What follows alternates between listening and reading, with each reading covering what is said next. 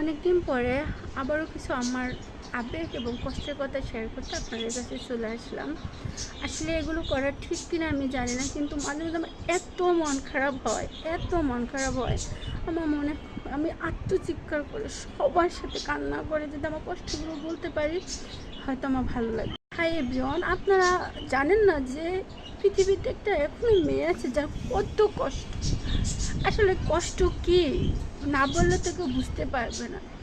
তবে এখন বলা আমার ঠিক হবে না, আমি পরে সব কথা বলবো। তারপরে বলি, পৃথিবীতে যত মেয়েরা আছে তোমরা কাউকে অতিরিক্ত ভালোবাসতে যে বলছি, আমি এত একটা ভালো মেয়ে ছিলাম, এত ভদ্র একটা নরম মেয়ে ছিলাম।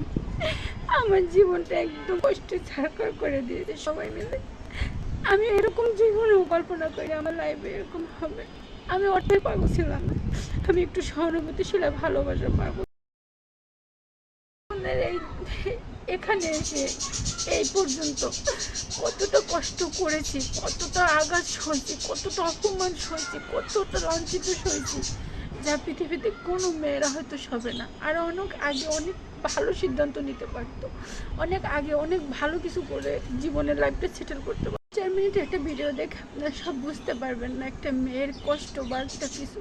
আমি চাইছিলাম বলুক আমি সব কিছু সবার কাছে শেয়ার করবো।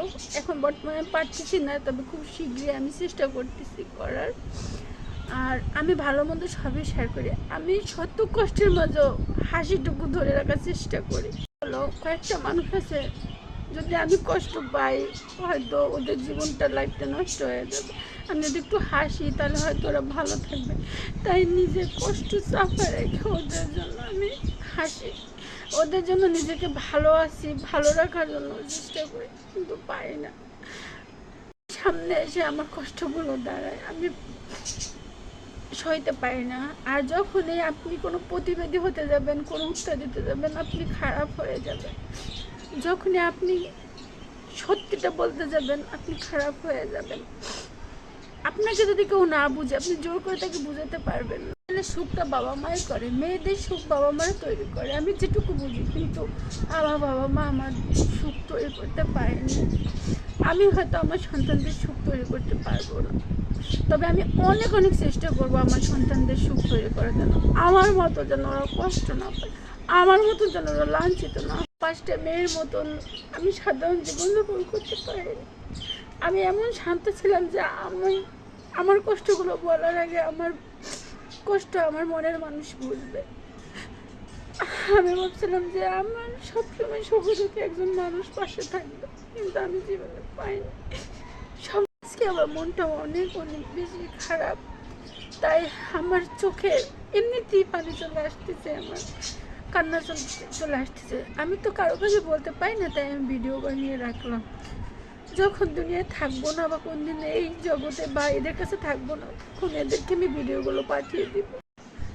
আমি মাঝে মাঝে খুব হ্যাপি থাকার চেষ্টা করি কয়েকটা মানুষের জন্য, যাতে ওরা দেখে বুঝে না আমি হ্যাপি থাকলে ওরাও হ্যাপি থাকবে, ওদের মনে কষ্ট লাগবে না, ওরা ঠিক মতন জীবনযাপন করতে পারবে। কতক্ষণ এভাবে অভিনয় করবো, কতক্ষণ হ্যাপি থাকার চেষ্টা করবো।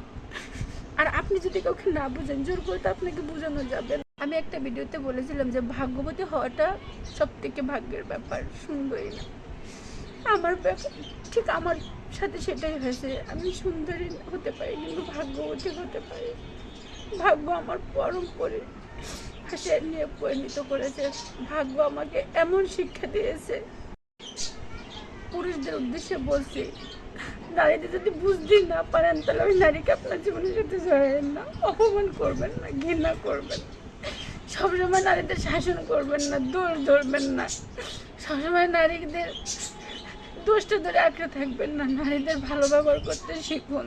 আপনি যে কষ্ট পাচ্ছেন, আপনি যে ব্যথা পাচ্ছেন, এটা যদি সে উপলব্ধি করতে না পারে, সে যদি আপনাকে ভুল ভাবে, আপনার সম্পর্কে ভুল সবসময় কথা বলে, আপনাকে সবসময় মন্দ কথা বলে, আপনাকে যদি সবসময় খারাপ ব্যবহার করে, আপনি তাকে কখনোই পরিবর্তন করতে পারবেন না। শুধু চেষ্টা করলেও পরিবর্তন করতে পারবেন। নারীদের উদ্দেশ্যে বলছি, স্বামীকে কখনো আপন মনে করবেন না। পৃথিবীতে চরম সত্য হলো একমাত্র স্বামী। যে স্বামী আপনার একটা ভুল বলে আপনাকে চরম খারাপ আচরণ করবে, আপনাকে দূর দূর করে তাড়িয়ে দিবে, ওই স্বামীর কখনোই আপন মনে করবেন না। সব থেকে পৃথিবীতে চরম সত্য হলো স্বামী।